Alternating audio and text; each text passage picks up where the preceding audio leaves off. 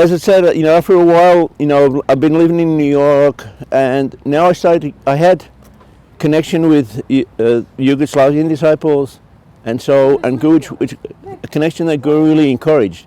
Guru would often ask me what was going on with the Yugoslavian centers, and I sort of became sort of an intermediary between Guru and the disciples. If there was any problems, if there's any questions and things that were going on, then Guru would ask a question or something, or a letter would be sent to him, and then I would be contacted. Like, I would get a phone call, basically with a message from Guru, and then I would communicate that message. And so as a result, I started traveling much more and more to the Balkans. But also, it gave me the opportunity that when, in the early days, like when Guru would come to Europe, I would be staying back in New York. And then so now I started to get more and more opportunities to actually travel to wherever Guru was going, whichever country was going, not to travel with him, but sometimes to travel with disciples or to travel independently and be where he was. On a few occasions it would be like I would be where Guru was there at whatever functions, concerts he was giving or whatever, and then when Guru came back to New York, I would then stay there and give talks in different centers and stuff in different countries. So, but one of the trip that I went on actually was when Guru went to Paris, and Guru was going to give 2 concerts, and it was really interesting. I had this sort of job that when Guru would give concerts or give talks and functions or whatever in these countries, that I would, as a guard, I would guard the room that Guru would have to when he wanted to take a break or go wherever. So it was an interesting experience for me, because sometimes I would be nowhere near where Guru was giving the concert, and I wouldn't hear any of the concerts or any of the talks and everything, but I would see Guru before he left his room to go to it, and of course I would see him when he came back. And Guru would always give me I always felt like a blessingful smile.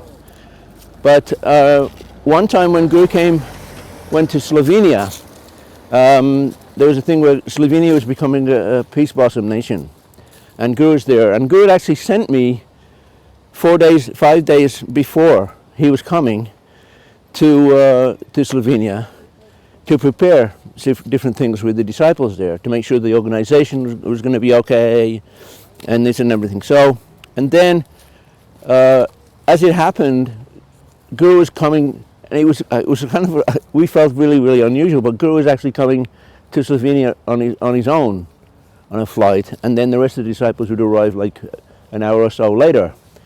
So Guru was arriving in Slovenia, and I was elected to meet him at the airport, while Kailash would be in the car to take Guru into Ljubljana. And so it was a really interesting experience in that I was waiting, and you're in the arrivals area outside, and the doors would keep opening and people would come out, and suddenly the doors opened and there was Guru with his little carry-on bag, and he sees me, and immediately he's happy because he recognizes someone that he knows from New York. And I had been brought out to the airport by one of the Slovenian disciples who was now in the parking lot waiting for me. And but then Guru comes, I signaled for Kailash to come with the car, and so I go open the door for Guru to get into the car, and Guru looks into the back seat, and then he looks at me, and and then he says, "How did you get here?" And for a moment I thought, oh, maybe Guru's going to invite me to get in the car and drive with him. But I knew that there was a disciple waiting for me, and so I thought, do I fake Guru and tell him that, like, oh, I don't know how I'm getting back, and then can I ride with Guru in the car, or do I tell him the truth? So of course I told him the truth. I said, no, Guru, someone brought me here and will take me back. And again he smiled. He said, very good, very good. got in the car, and he went off with Kailash. So that was kind of like a really sweet experience for me, that I got to actually greet Guru on his trip. And then after he was there for 2 days, actually 36 hours he was in Slovenia, and then the plan was that he would again fly back on his own.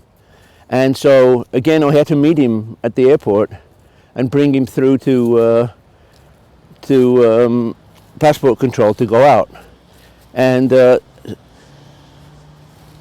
was really kind of interesting because again there was one of the boys that I stayed with in Ljubljana, when he had heard that, like, initially that I was going, that someone needed to take me out to the airport to meet Guru, he was a bit upset that he wasn't there at the time and didn't have the opportunity.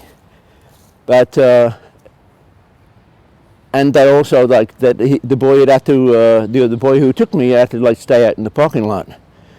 But then I got an instruction that this boy could bring, so I don't know how Guru heard, but somehow he said that this boy could bring me to the airport to meet Guru, to see Guru off, but also that he didn't have to park, he could park the car and come with me, so he got to actually see Guru also. So that was kind of really special with Slovenia trip.